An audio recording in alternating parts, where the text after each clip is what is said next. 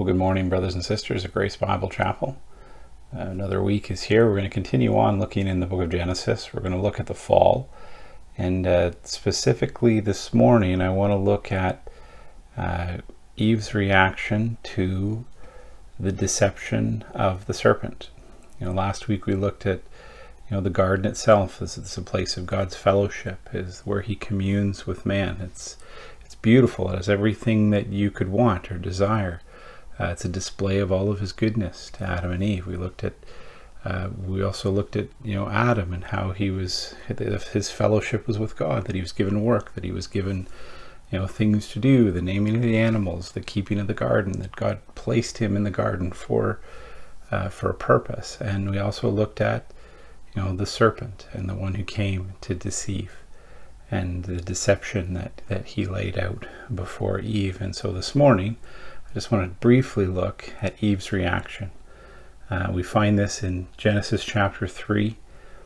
This is the fall. This is the decision that was made, that to turn from the goodness of God and to go their own way. And it's a decision both Adam and Eve made willingly and freely. Let's take a look at verse 6. And it says this: "So when the woman saw that the tree was good for food, and that it was a delight to the eyes, and that the tree was to be desired to make one wise, she took of its fruit and ate. And she also gave some to her husband who was with her, and he ate. And the eyes of both were open. They knew that they were naked.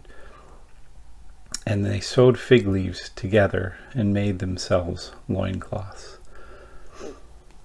And so I want to just take a look at what Eve's reaction is here, and just briefly, because I think there's so much that we can learn about this. I mean, there's a lot of theological points that we could examine in this passage about the nature of sin, and we don't want to rehash that this morning. That could take a long time, but let's just take a look at Eve's reaction here, what she sees. It says, "So the woman saw that the tree was good for food," that it was an attractive fruit. It was good for food. It looked delicious. It was a delight to the eyes. Not only could it fill the need of hunger, but it was beautiful to look at, and it was also desired to make man wise. Of course, that was the deception that the serpent told Eve, that it would show them, give them the knowledge of good and evil, and make them like God. And so she had that desire. And this is just the point that I want to make this morning. There were other fruits in the garden. She looked at the one fruit that she couldn't eat, that she was told not to eat. She said, "Boy, that looks good." Do you not think that the rest of the garden didn't look good? The rest of the garden wasn't good for food, wasn't good to eat. I mean, this was all of God's goodness on display here. Everything that they could ever need or want was there in the Garden of Eden. That it was beautiful. Do you think it was the most beautiful fruit in the garden? I imagine the fruit on the tree of life was probably pretty spectacular, let alone all the other fruits and all the other trees. And the desire to make one wise outside of God, outside of what he would show them and teach them in his fellowship with them. And so you see how Eve here, it's really a matter of trust, isn't it? She had these desires, and she wanted to go and fulfill them in a way that was opposite or in opposition to what God had told her, or who had told Adam, who then in turn told her. Any fruit of the garden but this one. Trust me, Adam. Trust me, Eve. See all the goodness that I have for you. And we see here how Eve, in this very simple way and yet disastrous way, sought to fulfill the desires of life outside and away from God. not trusting what he was giving her, not trusting what he had already done for them. And it is both Adam and Eve here, as we read in the passage that Adam was there as well.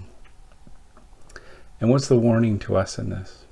Well, just this, that we're always going to be in a dangerous place when we seek to fill our own desires outside of God's plan and of God's law and his rule.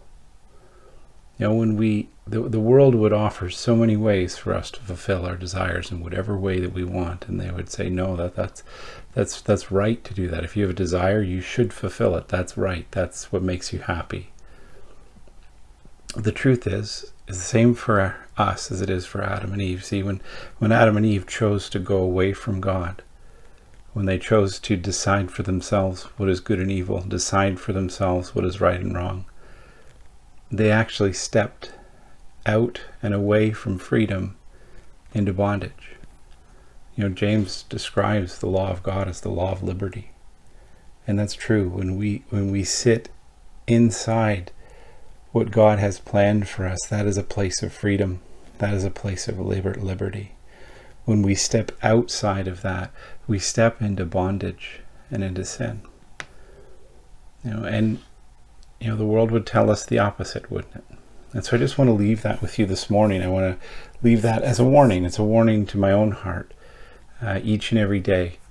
Where do I seek my satisfaction from? Where do I trust God? Or do I want to find my own way in filling my own desires? So I just leave that with you this morning. God bless and have a good day.